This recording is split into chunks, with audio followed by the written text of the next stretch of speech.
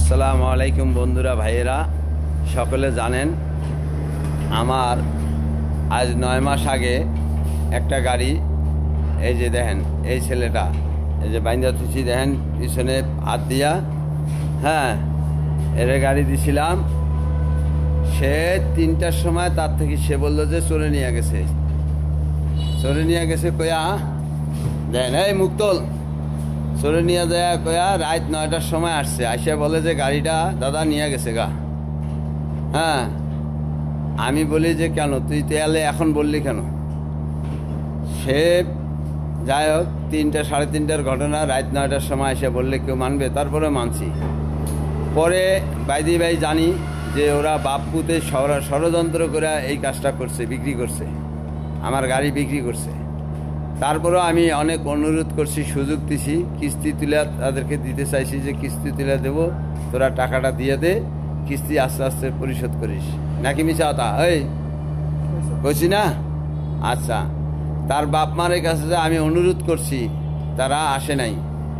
এখন ভাই বন্ধুরা আপনারা দেখেন যে তাইলে আমি কি অনবিচারিত কী করছি?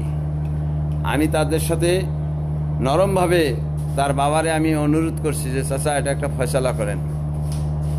তারপরে আমি গত মাসে যায় একটা থানায় মামলা করি, হ্যাঁ অভিযোগ জানাই, দিয়া আসছি। এখন তারপরেও তাদের বাসায় গেছি, তারা আসে নাই।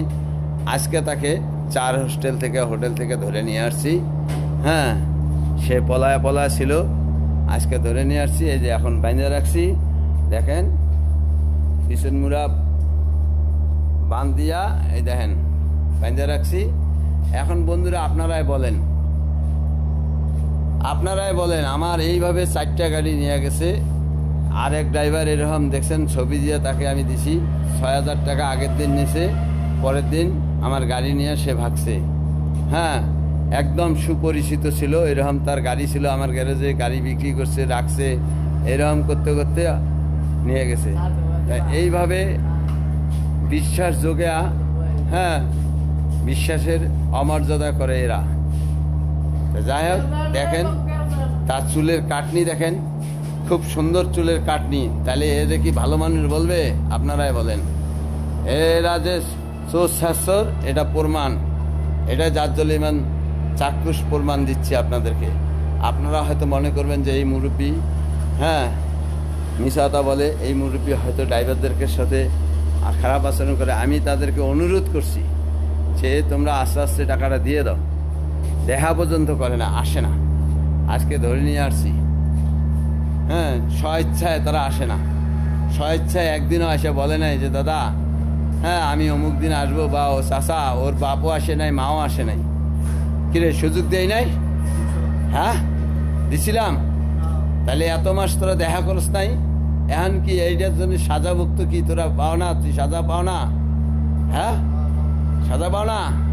দেখেন ওর মুখে শোনেন আপনারা। যাই হোক দর্শক ভাইয়েরা আপনারা ভালো থাকবেন, দোয়া রইল। আপনারা বিবেচনা করে কথা বলবেন, কমেন্টে জানাবেন। আসসালামু আলাইকুম ওয়া রাহমাতুল্লাহ।